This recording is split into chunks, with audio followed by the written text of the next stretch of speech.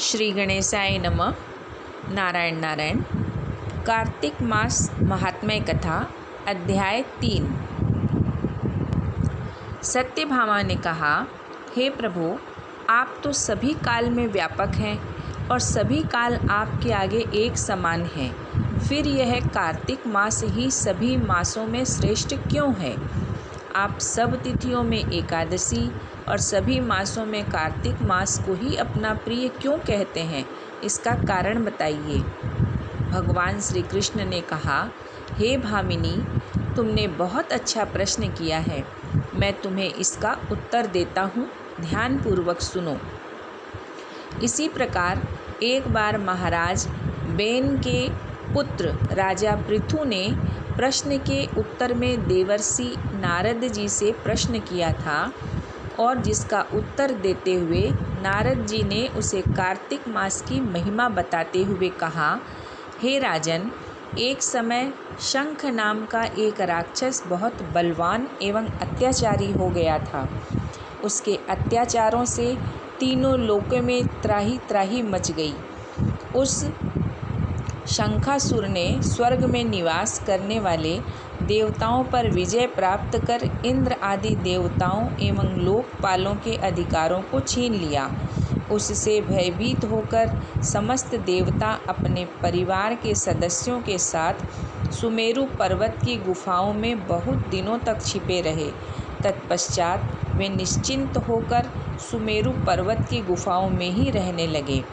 उधर जब शंखासुर को इस बात का पता चला कि देवता आनंदपूर्वक सुमेरु पर्वत की गुफाओं में निवास कर रहे हैं, तो उसने सोचा कि ऐसी कोई दिव्य शक्ति अवश्य है जिसके प्रभाव से अधिकारहीन यह देवता अभी भी बलवान है। सोचते सोचते वह इस निर्णय पर पहुंचा कि वेद मंत्रों के बल के कारण ही देवता बलवान हो रहे हैं। यदि इनसे वेद छीन लिए जाएं तो ये बलहीन हो जाएंगे। ऐसा विचार कर शंखासुर ब्रह्मा जी के सत्यलोक से शीघ्र ही वेदों को हर लाया।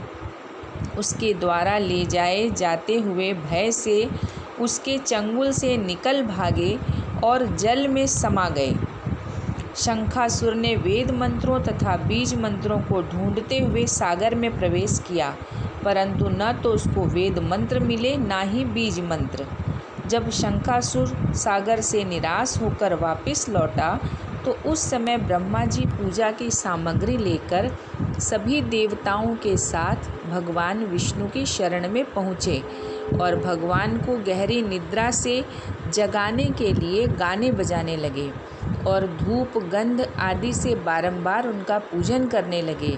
धूप दीप नैवेद्य आदि अर्पित किए जाने पर भगवान की निद्रा टूटी और वह देवताओं सहित ब्रह्मा जी को अपना पूजन करते हुए देखकर बहुत प्रसन्न हुए तथा कहने लगे, मैं आप लोगों के इस कीर्तन एवं मंगलाचरण से बहुत प्रसन्न हूँ। आप अपना अभिष्ट वरदान मांगिए, मैं अवश्य प्रदान करूँगा। जो मनुष्य आश्विन शुक्ल की एकादशी से देवोत्थान एकादशी तक ब्रह्म मुहूर्त में उठकर मेरी पूजा करेंगे, उन्हें तुम्हारी ही भांति मेरे प्रसन्न होने के कारण सुख की प्राप्ति होगी। आप लोग जो पाद्य अर्घ्य आचमन और जल आदि सामग्री मेरे लिए लाए हैं, वे अनंत गुणों वाली होकर आपका कल्याण करेगी। शंखासुर द्वारा हरे गए संपूर्ण वेद जल में स्थित हैं। मैं सागर पुत्र शंखासुर का वध करके उन वेदों को अभी लाए देता हूँ। आज से मंत्र बीज और वेदों सहित मैं प्रतिवर्ष कार्तिक मास में जल में विश्राम किया करूँगा। अब मैं मत्स्य का रूप धारण करके जल में जाता हूँ। आप सब देवता भी मुनीश्वरों सहित मेरे साथ जल में आओ। इस कार्तिक मास में जो श्रेष्ठ मनुष्य प्रातःकाल स्नान करते हैं, वे सब यज्ञ के अवभृत स्नान द्वारा भली भांति नहा लेते हैं।